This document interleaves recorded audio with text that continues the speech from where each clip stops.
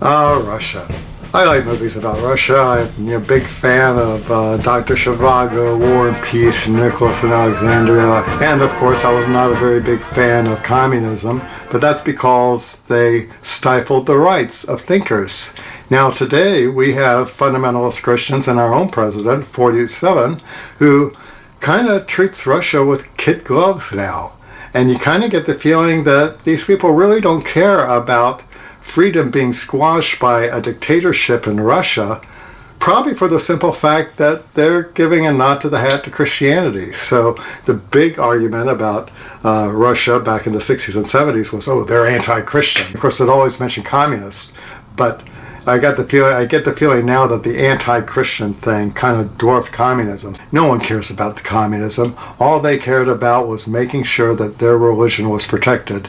And they don't care whether it's protected by a dictatorship or what. As long as certain people are being flattered and certain religious views are being entertained, they will put up with anything. Anyway, here's a report that I filed back during the days of COVID. Has anyone out there ever taken the class Americanism versus Communism? It was really popular back during the early 60s when Russia was building a Soviet missile base in Cuba, and this prompted a crisis of international proportions, and thanks to some diplomatic negotiations by the Kennedys, a crisis was averted. Well, as the Soviet Union began to crumble, more and more schools dropped Americanism versus communism, except for certain demographics like high schools in South Florida, as well as fundamentalist Christian high schools, and I got to take Americanism versus communism. And all the talk that we're hearing today about Russia interfering in our elections has me asking the question, did we ever learn anything in Americanism versus communism? That's a class that used to be taught in American high schools. Where else? You'll notice that it wasn't called capitalism versus communism. You'll notice also that it wasn't called Americanism versus Russianism. That was what one of my friends showed back when we used to take the course. No, it was called Americanism versus communism. But what did that mean? Well, it was a concerted effort that started back during the Cuban Missile Crisis during the early 60s. That was when it was learned that the Soviets were building a missile base on the island of Cuba. Thanks to a bit of diplomatic negotiations on the part of John F. Kennedy, the crisis was averted. But that didn't stop America from becoming increasingly paranoid about anything that smacked of communism. And that's what Americanism versus communism was all about. It was about keeping the paranoia going. The stated purpose was to teach American children about the evils of communism. It was also part of a curriculum that said nothing positive would ever be said about Russia or the Soviet Union. You couldn't even make the statement that the Russians make better vodka. You couldn't even say that. Anything that favored Russia, you couldn't say in an American classroom back during the early 60s. If you did, you might get fingered for being a communist sympathizer. Well, as the Soviet Union began to crumble, so too did the need for the course Americanism versus Communism. Most public high schools in the United States dropped the course, but there were some public schools, especially those in South Florida, that still kept the class going. For some people, the Cold War never stopped. And that was certainly the case with fundamentalist Christian schools. One demographic that kept Americanism versus communism alive. And I got to take Americanism versus communism back in Trinity Christian Academy back in the late 70s, early 80s in Jacksonville, Florida. First off, the one thing you did learn was Khrushchev's statement that America would not be taken over by firing a single shot. It would all be happening internally. And how will this be done? By sowing confusion. Now, at the time this course was being taught, the tools of sowing confusion were all built around things fundamentalist Christians hate. Rock music, movies, literature that made you question authority, anything that challenged their authority, which was considered God-given, was a tool for communist infiltration. We heard negative things about Jane Fonda, the Beatles, a little shade at India was thrown in. Some people in our class actually challenged our teacher. That surprises me even a little bit today, since I know some of them are now Trump supporters. But I remember someone asking the question, how could Russia take us over if they can't even feed their own people? Good point. So let's bring out more info about sowing confusion and use it to cut down cultural movies and books and music that we do not like. We heard about the lack of free speech. We heard about the long lines in Russian grocery stores and the high cost of bread and gasoline. And they brought out the point about communism and social control. When would things get better? Well, we were taught that that was another communist ploy.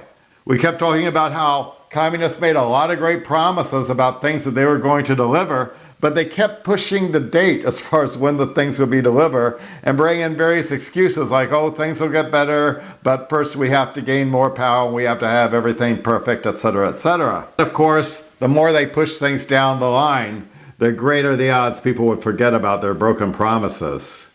It's really interesting thinking about all the horrible things that were originally attributed to communism. Low wages, expensive food, long lines at grocery stores, and it even brings to mind this scene from a Cold War movie from the 70s called If Footmen Tire You, What Will Horsemen Do? Listen to this. And unless we have some rapid changes in our country, our easygoing life of 40 hours a week workload and 2 or 3 weeks of paid vacation a year will soon be over. We too will be on the same schedule of every communist nation on earth. You will be at work by 5 o'clock in the morning. You'll work until 8 o'clock at night. You'll be forced to work under armed guards continually. You won't work 5 days a week. You won't work 6 days a week. Instead, you'll work 7 days a week, 363 days out of the year. You'll only have 2 days a year off. Those 2 days will be used to praise the communist takeover. Doesn't this sound familiar? It sounds like we're watching a nightly news report about workers at Walmart. Low wages, long lines at the grocery store. It brings to mind a meme I keep seeing from time to time that says all the bad things that were supposed to be brought upon us by communism have now been brought to us by capitalism. Listen to this quote, which was taken from an actual Americanism versus Communism textbook from Florida. It was called The Meaning of Communism, and it was published in 1961. Communism has no interest in creating a stable world order, except where temporary stability enables it to prepare its next offensive against peace. Communism regards total disorder, lawlessness, and revolution as the necessary forerunner of its triumph. When it cannot win outright, communism prefers chaos to compromise. Sounds like a familiar tactic we've been seeing happening with our administration. You see, Americanism versus communism was never about the benefits of one economic system versus another economic system. It was about fear. Fear of what, you ask? The fear of freedom. Yes. Even some Americans are still afraid of freedom. They want to stomp it out so that no one else can enjoy that right except for them and their chosen demographic. And since wanting freedom for yourself but not for other people is totally irrational, you have to inject religion into that. The only way they can do that is to inject religion into their patriotism and economy. They put "In God We Trust" on our coins back during the Cold War era, the era that brought us Americanism versus communism. They put one nation under God in the Pledge of Our Allegiance, also during that time period of Americanism versus communism. That was directly from the Cold War, and above all, creates shame and fear in anyone who would question the motives of their leaders. So while the Constitution gives us rights, "In God We Trust" gives us fear. Fear of questioning authority. There is no mention of God in the Constitution. When leaders do things that don't make sense or do not pass the test of reason, look for people going on and on about the will of God. In both the military and at places like Bob Jones University, where I actually went to college for 3 weeks in the early 80s before I came to my senses, well, a subordinate could get in trouble if they questioned a teacher in the classroom, even if the teacher was wrong. Why? Because obedience is better than sacrifice. You won't find that phrase in the Constitution, but you will find that phrase in the Bible. Americanism versus communism and that whole Cold War mentality doused with religious fervor is a crutch used by corrupt leaders who do not want their motives questioned. They only want to be obeyed. Never, ever questioned. In fact, I'm not convinced that any of my teachers really believed in the American ideals of freedom unless it was for the Christians only. You can believe what you want, but our government was made for a Christian people. That was one of the things we were taught. Quotes from our founding fathers, like George Washington saying, "It's the duty of all nations to acknowledge the providence of Almighty God," were preferred instead of quotations like Thomas Jefferson's, "Question with boldness even the existence of a God, because if there be one, he must approve of the homage of reason more than that of blindfolded fear." And needless to say, Thomas Paine wasn't required reading either. Now, our intelligence community has unearthed information that Russia is today trying to influence our election and sowing chaos. How? By spreading misinformation on social media on behalf of the man they really want to control our country, which seems to be either Donald Trump or Bernie Sanders. Now, Sanders has reacted to this by telling them to stay out of our elections and that when he is president, he will do whatever he can to stop foreign influence. Now, that is something that our founding fathers regarded as very important. So, how does our president, number 45, respond? Denial. And how about those who once taught us Americanism versus communism? They seem to have forgotten their own history. Or maybe not. I mean, they've always been cherry-picking with their politics as much as they've been with their scripture. They didn't like it when people like Alexander Solzhenitsyn was thrown in a gulag. But let a band member from the band Pussy Riot get thrown in jail for protesting Putin, and suddenly they don't seem to care about free speech as much.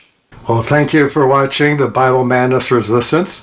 And again, if you like what I'm putting out and you want to support it, then very simple, hit like, hit subscribe, really subscribe. I really would like you to subscribe. And of course, check out my movie Bible Madness, which is now on Patreon, and you can see the link right below. So thank you for watching, and I will be seeing you. I get involved.